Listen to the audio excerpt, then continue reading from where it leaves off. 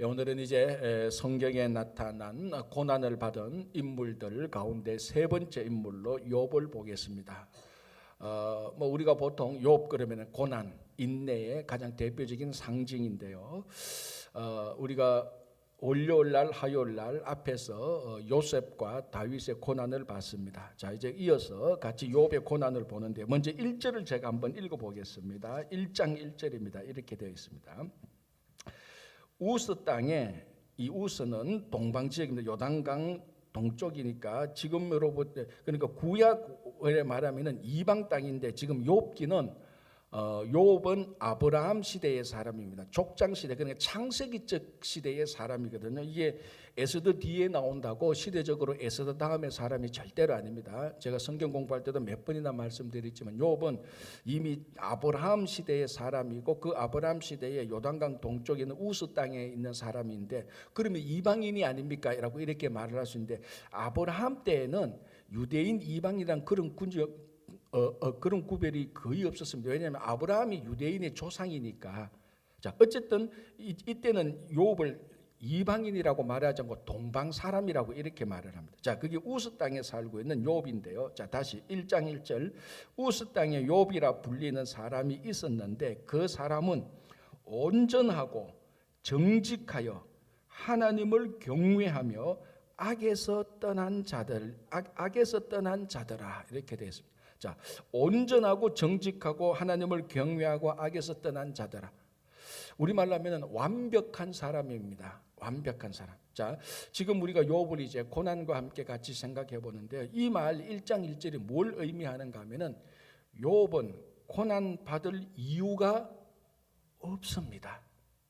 자, 우리가 앞에서 요셉과 그 다윗을 살펴봤습니다. 물론 요셉과 요셉도 특별히 요셉도 거의 온전한 사람입니다.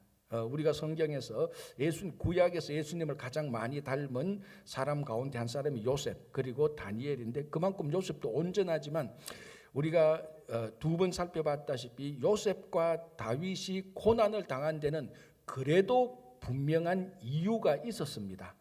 자, 요셉은 어쨌거나 형들의 잘못을 고자질했다. 사실 우리가 의미가 좀 다르다 그랬죠. 형들의 악행을 일러 바칠 수밖에 없는 그런 어린 요셉이 일러 바칠 수 없는 그런 상황이었다.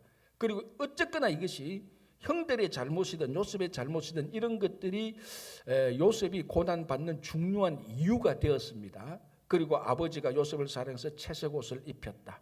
그리고 요셉이 꿈을 꿨는데 그 꿈을 순진하게 또 형들하고 가족들한테 얘기를 했다. 이런 이유들이 있습니다. 고난을 받는 이유들. 그리고 여기에 보면은 누구의 잘못이든지 간에 사람들의 잘못, 이런 것들로 인해서 요셉이 고난을 당합니다. 자, 다윗도 똑같죠. 다윗이 잘못을 안 했다 치더라도 사울의 잘못으로 인해서, 사울의 시기와 사울의 그 편견으로 인하여서 다윗이 고난을 받기 시작하는 겁니다. 자, 어쨌든 우리가 요셉을 보고 다윗을 볼 때는 이 현실 속에서 사람과의 관계에서, 거기에서 어떤 원인이 되어서 요셉과 다윗이 고난을 받게 되었습니다. 자, 이게 가장 이제 전통적으로, 그리고 우리가 받는 고난의 대부분의 이유들입니다. 우리들의 잘못, 우리들의 실수, 또는 다른 사람들의 잘못, 다른 사람들의 실수, 이런 것들로 인하여서 고난을 받게 되는 것입니다. 이게 이제 우리가 욥기를 여러분들 쭉 한번 읽어보시면은 욥이 고난을 당하지 않습니까? 욥이 고난을 당할 때 3명의 친구들이 옵니다.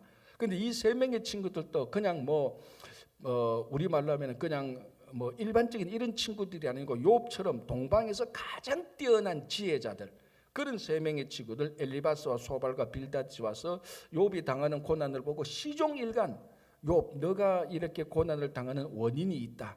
빨리 그것을 드러내고 하나님께 회개하면 이 고난이 끝날 것이다. 그러니까 지금 마치 욥이 당하는 고난은 요셉이나 다윗이 당하는 그런 고난에 불의해서 3명의 친구들이 고난을 바라보고 욥에게 충고를 합니다. 권면을 합니다. 자, 그게 이제 욥기 이후로 긴 대화를 통해서 2번, 3번을 통해서 계속해서 나타나게 되는데, 어쨌든 고난은 누구의 잘못이든 분명히 어떤 이유가 있어서 고난을 당합니다. 자, 그런데 욥 보십시오. 온전하고 정직하여 하나님을 경외하여서 악에서 떠난 자들아. 그리고 욥 주변에 지금 욥을 괴롭히는 사람들이 없어요. 무슨 말인가 하면은 욥은 우리가 요셉이나 다윗에게서 보았던 그런 고난의 원인들을 찾을 수 없는 겁니다. 그런 상황에서 욥이 고난을 당합니다. 그래서 이 욥기가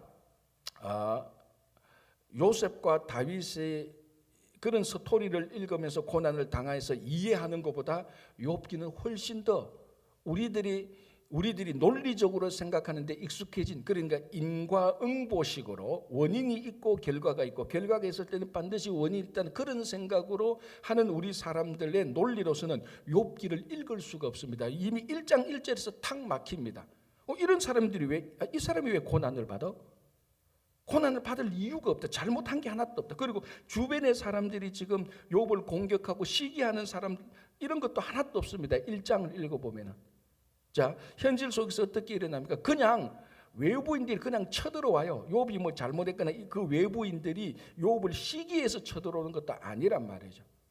그러니까 욥은 고난 받을 이유가 없는데 고난을 받으니 이제 욥이 당하는 고난은 우리가 생각하는 고난하고는 다른 부류의 고난이라는 것을 우리가 알 수 있는 것입니다. 사실 그것이 이제 세 명의 친구들과 욥과 계속해서 논쟁하는 그런 중요한 이유가 되고요. 자, 또 하나 요셉과 다윗이 받았던 고난의 이유, 그러니까 다윗도 잘못한 거 없고 요셉도 잘못한 것도 없는데 고난을 받는 중요한 하나님의 이유는 요셉과 다윗을 잘 단련시켜서 잘 훈련시켜서 하나님의 모습으로 하나님 모습으로 다듬어서 하나님께서 귀히 쓰시려고 했던 것입니다. 그래서 애굽은 어린 요셉을 하나님께서 이런저런 그 경험을 통하여서 고난을 당하게 하시고 하나님의 모습으로 잘 다듬어서 애굽의 총리로 세우시고, 그리고 다윗도 사울을 통해서 한 사람을 통해서 집중적으로 고난을 받고 잘 훈련시켜서 다윗 사울의 뒤를 이어서 하나님께서 기름 부어서 왕으로 세우시고, 그러니까 다윗과 요셉 자기 자신의 잘못이 없어도 하나님의 특별한 목적 무엇입니까? 잘 훈련시켜서 다듬어서 하나님께서 귀히 쓰시는 사람으로 하기 위해서 고난을 주는 겁니다. 그러니까 첫 번째 우리가 요셉과 다윗을 볼 때 우리가 일반적인 고난에 두 가지 목적이 있습니다. 첫 번째는 나의 잘못이든지 누구의 잘못이든 그 원인 때문에 고난을 받는 겁니다. 첫 번째. 두 번째는 그런 게 없음에도 불구하고 나를 잘 다듬어서 하나님께서 나를 더 귀히 쓰시려고 고난을 주시는 겁니다. 그런데 욥을 보십시오. 온전하고 정직하여 하나님을 경외하면서 악에서 떠난 자다. 다듬을 게 없습니다. 일반적인 사람들이 그런 고난을 통해서 다듬어지면은 이런 모습이 되는 거예요. 그런데 이미 욥은 요셉이나 다윗이나 일반적인 사람이 고난을 통해서 다듬어진 모습이 1장 1절에 이미 나오는 겁니다. 그러니까 고난을 통해서 욥을 더 다듬을 게 없다니까요. 그러니까 1장 1절에 이 욥의 모습을 볼 때 도대체 욥의 이런 모습하고 고난하고는 매칭이 안 되는 겁니다. 뭐하고 매칭이 되죠? 하나님의 복하고 매칭되는 거죠. 야, 이 사람은 정말 복을 많이 받은 사람. 자, 그래서 이제 2절 3절에 보면은 하나님께서 욥을 얼마나 사랑해서 그 사랑의 결과로 얼마나 많이 복을 주었는지가 나타납니다. 2절, 그에게 아들 7과 딸 셋이 태어나니라. 자, 구약에서 자, 이거 같이 보겠습니다. 3절부터 보고요. 그의 소유물은 양이 7,000마리요. 어마어마하죠. 낙타가 3,000마리요. 또 어마어마합니다. 합치면 10,000마리. 소가 500결이요. 한 결이가 2마리니까 소가 500개니까 1,000마리요. 암나귀가 500마리이며 종도 많이 있었으니 이 사람은 동방 사람 중에 가장 훌륭한지라. 자, 구약에서 하나님께서 한 사람에게 복을 주시는 표시가 뭐였죠? 땅을 많이 차지하고 장수하고 자녀의 복이 많은 겁니다. 자, 욥은 일단 7남 3녀니까 자녀의 복이 받았죠, 이미. 그리고 땅이 많다는 것은 뭘 통해서 알 수 있습니까? 여러분, 양 7,000마리, 낙타 3,000마리, 소 500개리, 암나귀 500마리 키우려면 땅이 얼마나 많아야 되겠습니까? 어마어마한 땅을 가지고 있어요. 그 땅을 그 땅에다가 이런 많은 짐승을, 이런 가축을 놓고 또 치기 위해서 뭐가 있습니까? 또 종도 많습니다. 이미 욥은 살아생전에 받는, 목숨이 다하기 전 살아생전에 받는 복을 다 받고 지금 누리고 있어요. 자녀의 복, 땅의 복, 세 가지 복인데 자녀의 복, 땅의 복, 이제 장수만 남았습니다. 지금 이미 이걸로 보세요. 요셉은 지금 장수하고 있는 것을 알 수가 있습니다. 그러니까 요셉은 1장에서 봤을 때 사람들이 하나님께서 고난을 통해서 다듬어야 될 모습을 이미 갖추고 있고, 자기 잘못이나 다른 사람의 잘못이 없고, 그리고 고난받을 이유가 없습니다. 그런데 2장 2절 3절을 보니까 완전히 복을 받은 형태로 살고 있습니다. 그러니까 고난이나 징계나 이런 거하고 상관없습니다. 그러니 1장 1절 2절 3절을 읽어보면 욥과 고난은 우리가 어떤 이유든지 연결고리를 찾을 수가 없습니다. 어떻게 이 사람하고 고난하고 관련이 있지? 실 한 방울도 꿰맬 수가 없습니다. 고난하고 오히려 복과 은혜와 사랑과 존경과 이런 것들이 꽉 매여 있지. 그런데 욥이 왜 고난을 받아? 이제 질문이 오는 거죠. 우리는 이미 욥 그러면 고난받았다는 것을 너무나 잘 알고 있기 때문에 1장 1절 2절 3절 읽어도 이 구절을 읽으면서 왜 욥이 고난을 받아야 되지에 대한 퀘스천이 없습니다. 그냥 우리는 너무 성경을 많이로보다 익숙히 알고 있고 익숙히 하는 데서 있어서 좀 더 깊이 생각하는 게 없기 때문에 그냥 통과시키기 때문에 욥이 1절, 2절, 3절만 읽으면 욥하고 고난은 진짜 매칭이 안 돼. 그런데 욥이 고난 받으니까 이제 이게 새로운 고난이고 인과응보에 익숙한 우리로서는 이해하기가 어려운 겁니다. 자, 4절, 5절 보면 욥이 더 완벽하게 자기 자녀들조차도 자기처럼 그렇게 하나님을 온전히 섬기도록 아버지가 신앙교육도 완벽하게 합니다. 진짜 흠이 없습니다. 자, 이제 6절부터 시작됩니다. 그런데 이제 인간이 알지 못하는 인간의 영역이 아닌 천상 하늘에서 일어나는 일들을 욥은 모르지만 우리는 알도록 보여주는 겁니다. 자, 그러니까 욥은 지금 이 상황을 모릅니다. 우리는 알고 있습니다. 그게 뭡니까? 6절에 하루는 하나님의 아들들이 와서 하나님의 아들이 와서 여호와 앞에서, 이건 천사들을 의미하는 겁니다. 천사들에 대한 표현이니까요. 사탄도 그들 가운데 온지라. 그냥 하나님이 있고 사탄과 천사들이 같이 있습니다. 이 보통 이제 천상회의, 다른 말 의전회의 이런 모습들을 보여줍니다. 여호와께서 사탄에게 이르실 때 내가 어디서 왔느냐? 사탄이 여호와께 대답하여 이르되 땅을 두루 돌아 여기저기 다녀왔나이다. 여호와께서 사탄에게 이르실 때 내가 내 종 욥을 주위에서 보았느냐? 그와 같이 온전하고 정직하여 하나님을 경외하며 악에서 떠난 자는 세상에 없느니라. 자, 1장 1절의 단어가 똑같이 반복되는데 이번에는 하나님이 직접 사탄에게 천사들 앞에서 욥에게 그렇게 말을 합니다. 그러니까 하나님이 욥은 완전한 사람이라고 하나님이 사탄과 천사들 앞에서 완전히 인정하는 겁니다. 하나님이 욥을 되게 자랑스럽게 생각해요. 그래서 누가 그러더라고요.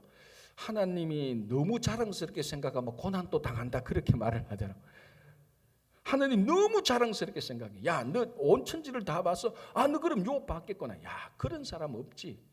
사탄 너는 욥 앞에 서면 꼼짝도 못해. 그런 의미가 있겠죠. 자, 그러니까 사탄이 한마디 합니다. 9절에 사탄이 여호와께 대답하여 이르되 욥이 어찌 까닭없이 하나님을 경외하리까? 이유가 있지 않겠습니까? 라고 말하니까 10절 11절 욥은 원래 이유 없이 하나님을 섬긴다.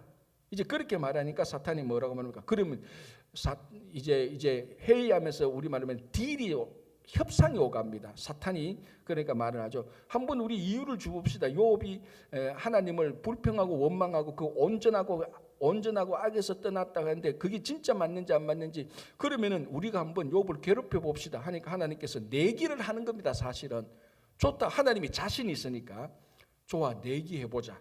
자, 그렇게 하는 게 뭡니까? 자, 11절 보십시오. 이제 주의 손을 펴서 그의 모든 소유물을 치소서. 사탄이 하나님에게 말하죠. 그리하시면 틀림없이 주를 향하여 욕하지 않겠나이까. 12절 여호와께서 사탄에게 이르시되 내가 그의 소유물을 다 내 손에 맡기노라. 다만 그의 몸에는 내 손을 대지 말지니라. 사탄이 곧 여호와 앞에서 물러가니라. 자, 이제 우리가 왜 욥이 고난을 당하는가 이유를 찾았습니다. 1장 1절, 1절, 2절, 3절에서는 욥이 고난 당하는 이유를 찾을 수가 없었습니다. 지금까지 우리가 생각하는 고난에 대해서 요셉을 봤고 다윗을 봤을 때 그 이유가 욥에게는 맞지 않았습니다. 그런데 이제 약간 더 읽어보니까 이게 천상에서 하나님과 사탄이 내기를 해서 그 내기 결과로 이 욥이 고난을 당하는구나. 이제 그걸 알 수 있습니다. 자, 그런데 12절에 여호와께서 사탄에게 이르시되 내가 그의 소물을 다 너의 손에 맡기겠다. 그래서 사탄이 욥에게 고난을 줍니다. 자, 이건 천상에서 일어나는 일인데 땅에서는 이걸 전혀 알 길이 없습니다. 자, 무슨 말인가 하면은 결론적으로 단순하게 말하자면 욥이 고난을 받는 이유는 하나님의 절대적인 주권 때문입니다. 하나님이 사탄에게 그래 네가 한번 고난해봐라. 네가 하나님이 사탄에게 욥을 한번 고난시켜줘봐라. 네가 한번 괴롭혀봐라. 첫 번째 일단 그의 건강과 생명은 건드리지 말라. 소유물을 다 치봐라. 자, 이게 천상회의에서 일어난 이유지만 우리는 이 천상회의에서 일어난 일들을 보니까 원인과 결과를 알 수 있습니다. 우리는 천상회의에서 보니까 그러니까 땅에 있는 욥은 그걸 알지 못합니다. 그냥 하나님의 절대적인 주권으로 하나님의 섭리로 욥에게 고난이 오는 겁니다. 욥이 이걸 알지 못해서 우리는 다 아는데 욥이 이걸 알지 못해서 욥기 36장 37장까지 계속해서 세 명의 친구들과 이걸 얘기를 하는 겁니다. 그럴 수밖에 없죠. 천상에서 무슨 일이 일어났는지 모르니까. 그래서 이걸 땅에서는 이걸 당하는 사람은 하나님의 절대적인 주권으로 이해할 수밖에 없는 것입니다. 그래서 욥의 고난이 요셉과 다윗의 고난보다는 훨씬 더 우리가 인간적인 이성으로서 논리적으로 이해하기가 어렵습니다. 그럼 어떻게 합니까? 이제 믿음으로 받아들이는 수밖에 없습니다. 이 고난도 어쨌든 하나님께서 내게 주신 것이다. 그래서 욥이 하나님께서 내게 다 주셨다가 다시 다 가져가신다는 그런 얘기를 하는 겁니다. 그래서 욥기의 진짜 주제는 고난이 아니고 뭡니까? 하나님의 주권과 섭리입니다. 그래서 욥기를 쭉 읽어가면은 나중에는 욥이 당하는 그 고난은 사라지고 왜 하나님께서 이 주권적으로 욥에게 고난을 주시는가 그거 가지고 계속해서 얘기를 하는 겁니다. 고난은 어떻게 보면 하나의 소재에 불과한 겁니다. 무엇을 알게 하기 위해서 하나님의 절대적인 주권을 믿음으로 받아들이기 위해서 그리고 이 고난에도 반드시 하나님의 역사하심이 있을 것이다. 하나님의 섭리하심이 있을 것이다. 천상회의의 결과 내용을 알지 못하고 이 땅에서 알지 못하는 이 땅의 사람들이 그걸 받아들이는 그리고 하나님의 섭리와 하나님의 역사하심과 하나님의 주권을 의지하는 절대적인 믿음 그리고 그 믿음 플러스 인내 그것을 보여주는 것이 욥기라는 것입니다.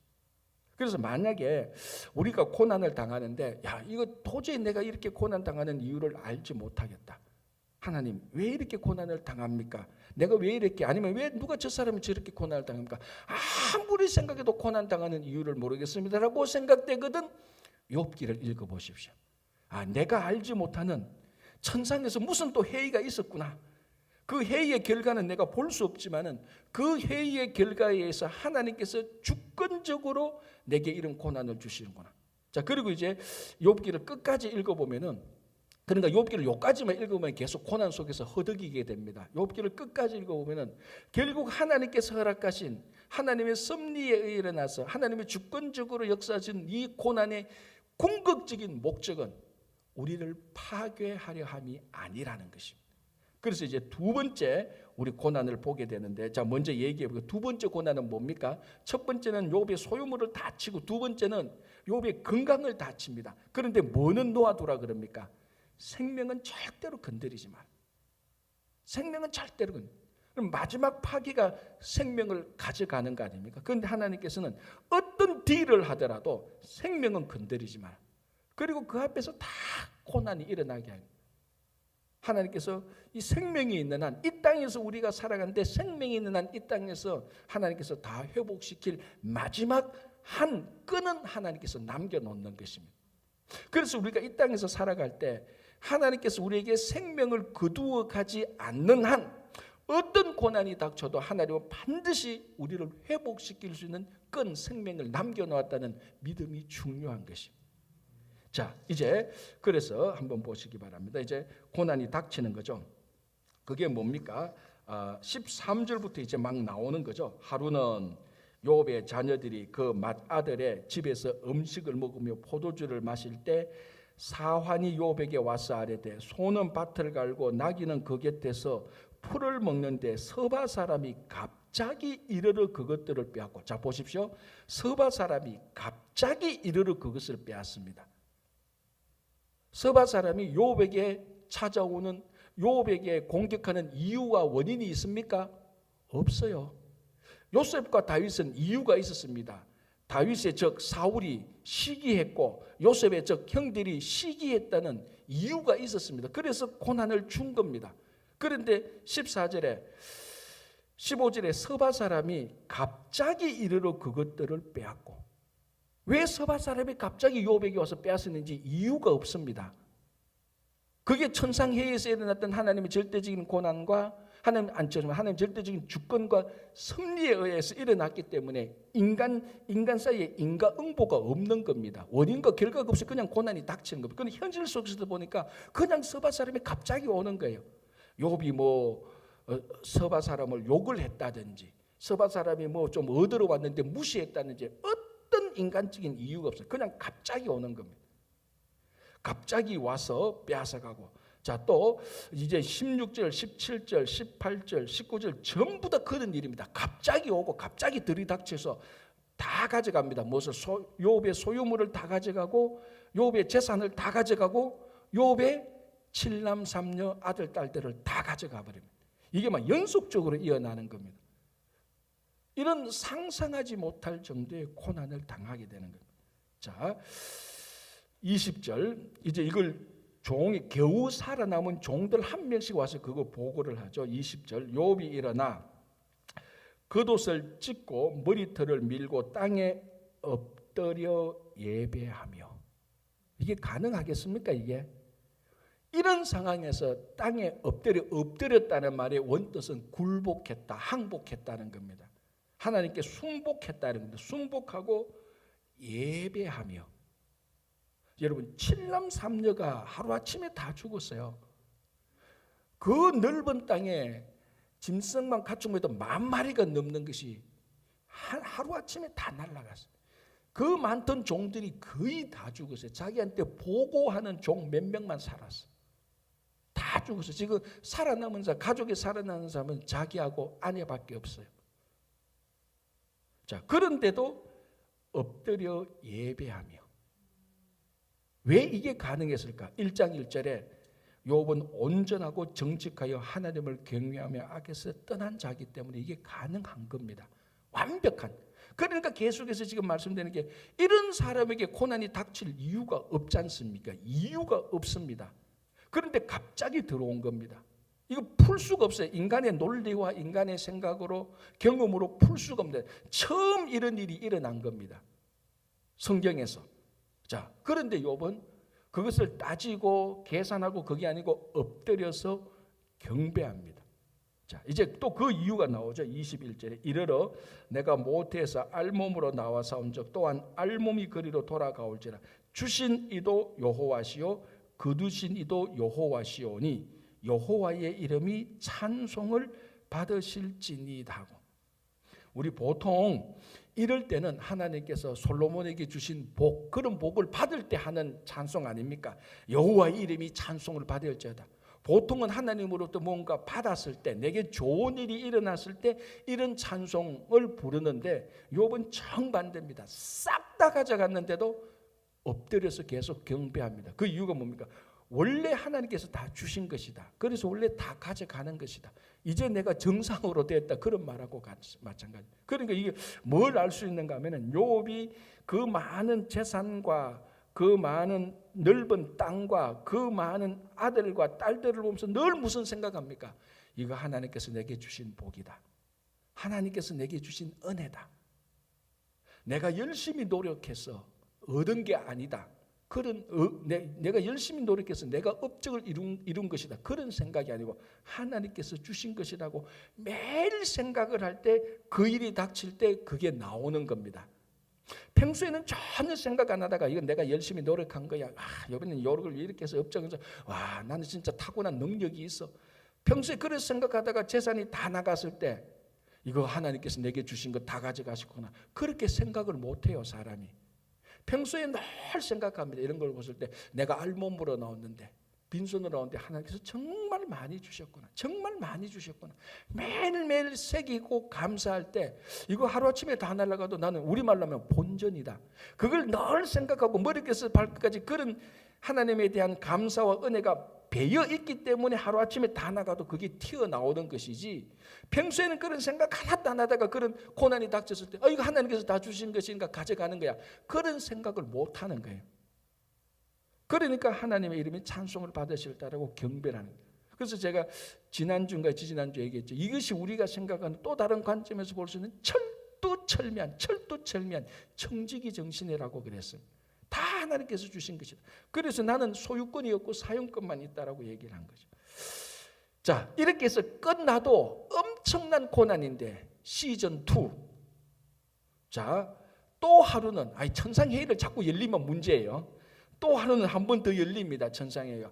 또 하루는 하나님 있고 하나님의 아들이고 사탄이 와서 이제 또 회의합니다. 그러니까 하나님이 또 자랑합니다. 야, 봤지? 네 말이 맞냐? 내 말이 맞냐? 이 사탄아 하니까 하나님이 이겼거든요. 자, 요 봐라. 네가 재산 다 쳤지 않느냐? 그 자녀 다 쳤지 않느냐? 그래도 요 봐라. 온전하지 않느냐? 이런 사람이 어디 있느냐? 하니까 사탄이 한마디 더 하죠.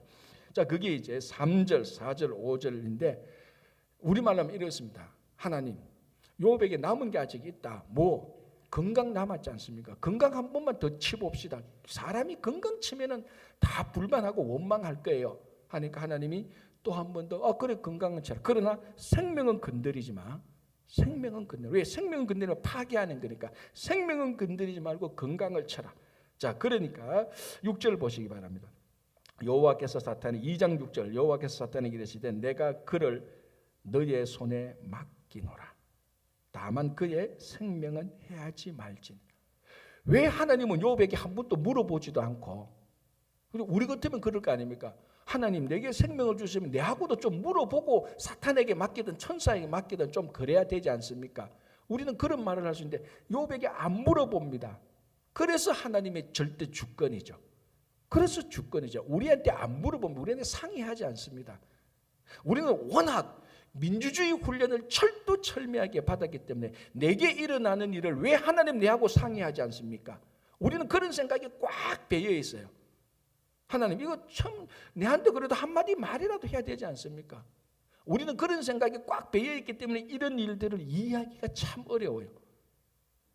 하나님의 주권이라는 것은 내하고 상의 아니에요. 그게 하나님의 주권입니다. 절대적인 주권입니다. 내한테 일어나는 모든 일인데도 하나님은 상의를 안 해. 그래서 우리 민주주의의 훈련, 민주주의 교육을 받은 우리 생각으로는 이런 사람을 뭐라고 부른다? 완전히 독재자라고 부르는 거예요. 그래서 이런 사고에 아주 훈련된 사람이 성경을 읽을 때 하나님의 주권을 이해하지 못합니다. 왜? 하나님의 주권은 우리가 받은 교육으로 이해할 수 있는 것이 아닙니다. 그래서 믿음이 필요한 거죠. 우리가 받은 교육으로 다 이해할 수 있는 하나님이고 우리가 받을 수 있는 교육으로 다 이해할 수 있는 하나님의 역사라면 신앙이 필요 없죠. 이해력만 있으면 되니까. 그런데 많은 사람이 신앙생활을 하면서 믿음 대신에 이해력이 자기 믿음이라고 착각하고 있는 분이 있어요. 여러분 믿음과 이해력은 완전히 별개입니다. 그래서 욥기는 이해력으로 욥을 읽으려고 하니 이게 받아들이지가 않는 겁니다. 그래서 욥은 우리가 생각하는 영역의 위에 초월한 영역에 있는 겁니다. 아니 하나님이 왜 욥의 생명을 왜 사탄에게 맡기느냐고. 사탄은 우리 원수가 하나님의 원수 아닙니까? 왜 내 생명을 한마디도 묻지도 않고 내 생명을 왜 하나님에게 맡기느냐고. 그렇지 않습니까? 우리가 받은 생각과 우리가 교육받은 원리에 의하면 하나님은 100% 잘못된 거예요. 완전 독재자들, 이런 독재자가 없어요. 내 생명을 왜 사탄에게 마귀에게 맡겨? 말도 안 되잖아요. 이걸 우리는 하나님의 주권이라고 말하라. 이걸 우리가 받을 수 있는 것은 논리와 이성과 이해력이 아니고 믿음입니다. 믿음이죠. 자, 그러니 7절 사탄이 이에 여호와 앞에서 물러가서 욥을 쳐서 그의 발바닥에서 정수리까지 종기가 나게 한지라. 욥이 제 가운데 앉아서 질그릇 조각을 가져다가 몸을 긁고 있더니, 이 완전히 끝난 거죠. 제가 전번에 한번 읽어줬는데 어떤 한 분이 욥 전체를 읽으면서 욥의 건강 상태를 이렇게 정리를 했습니다. 요 부분에 전체를 읽어보면요, 욥이 지금 이런 건강 악화적인 상태라고 나와 있습니다. 자, 읽어볼게요. 벌겋게 부어오른 종양, 몸이 벌겋게 종양, 지속적인 간지럼. 그러니까 질그릇 조각으로 몸을 끓고 있으면 계속해서 간지러운 거예요. 얼굴 형체 변형. 그래서 욥의 세 친구들이 왔을 때 욥을 못 알아봤습니다. 얼굴이 다 이그러져 가지고 식욕 부진, 두려움과 낙심, 고름이 나오고 딱지가 앉음, 종양의 구더기 끓음. 나중에 보면은 자기 몸에 구더기가 끓고 있습니다. 이게 몸이 막 상하고 고름이 나고 온몸이 끓으니까 자기가 아무리 끓고도 안 되니까 그 고름 상한데 구더기가 났습니다. 이게 사람의 몸이 아니죠. 짐승도 이렇게 되면은 우리가 끔찍스러운데 사람의 몸이 그랬습니다. 호흡 곤란, 눈꺼풀이 거무스름해짐, 고약한 입냄새, 체중 감소, 지속적인 통증, 불안, 설사, 피부 탈색, 고역. 누가 봐도 이거는 사람이 감당할 수 없는 거죠. 이걸 하나님이 욥에게 이런 방구 한마디도 없이 그냥 사탄의 손에 넘겼다니까요. 이걸 어떻게 이 고난을 어떻게 받아들였습니까? 내가 뭘 잘못했습니까? 하나님 나를 훈련시켜서 나를 훈련시켜서 뭐 총리로 만들겠습니까? 이런 게 성립이 안 되는 겁니다. 그래서 이제부터 욥하고 세 명의 친구들이 이걸 두고 계속해서 지겹도록 논쟁을 하는 게 욥의 내용입니다. 그런데 그 논쟁하는 내용들을 읽어보면은 너무너무 우리 신앙에 우리가 들어야 될 교훈들이 많은데 그건 여러분들이 댁에 가서 한번 읽어보시고, 자, 이렇게 하니까 이제는 드디어 마지막 남은 욥의 우군 아내조차도 욥을 버립니다. 9절 그의 아내가 그에게 이르되 당신이 그래도 자기의 온전함을 굳게 지키느냐 하나님을 욕하고 죽어라. 자, 이 아내가 욥에 대해서 잘하고 있습니까? 못하고 있습니까? 그래도 잘하고 있어요. 이때까지 욥 옆에 있었잖아.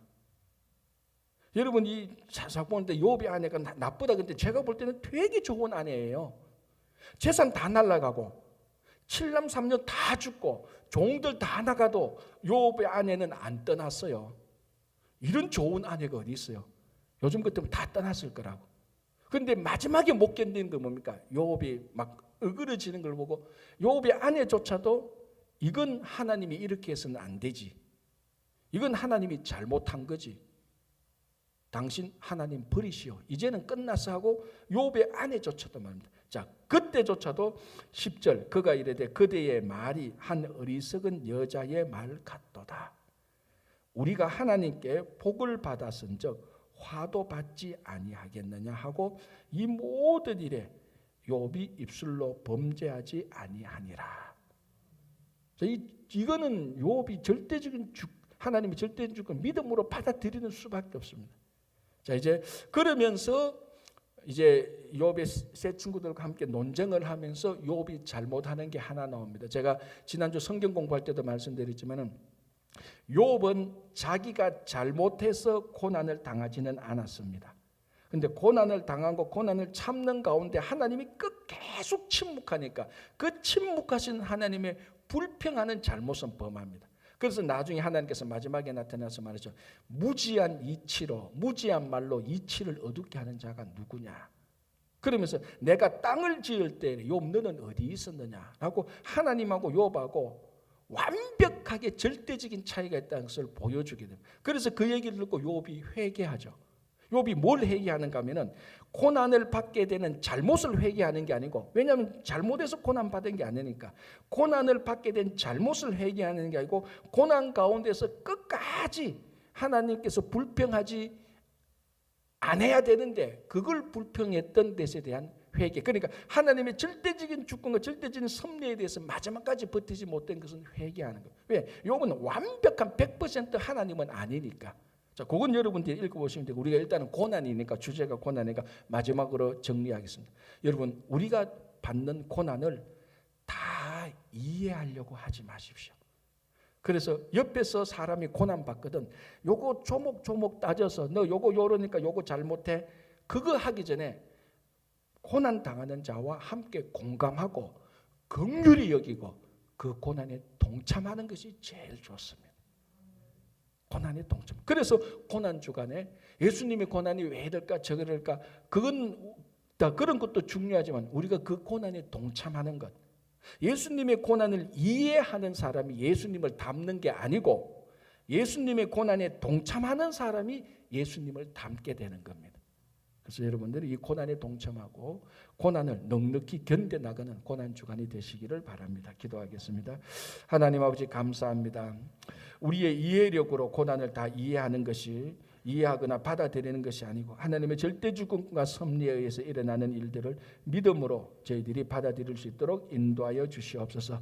우리 가운데 알 수 없는 여러 가지 이유들로 육신이나 건강이나 가정이나 일터나 인간관계나 공동체나 그 모든 종류의 고난들, 이번 고난 주간에 주님의 고난에 동참함으로 이런 고난의 의미를 알 수 있도록 도와주시옵소서.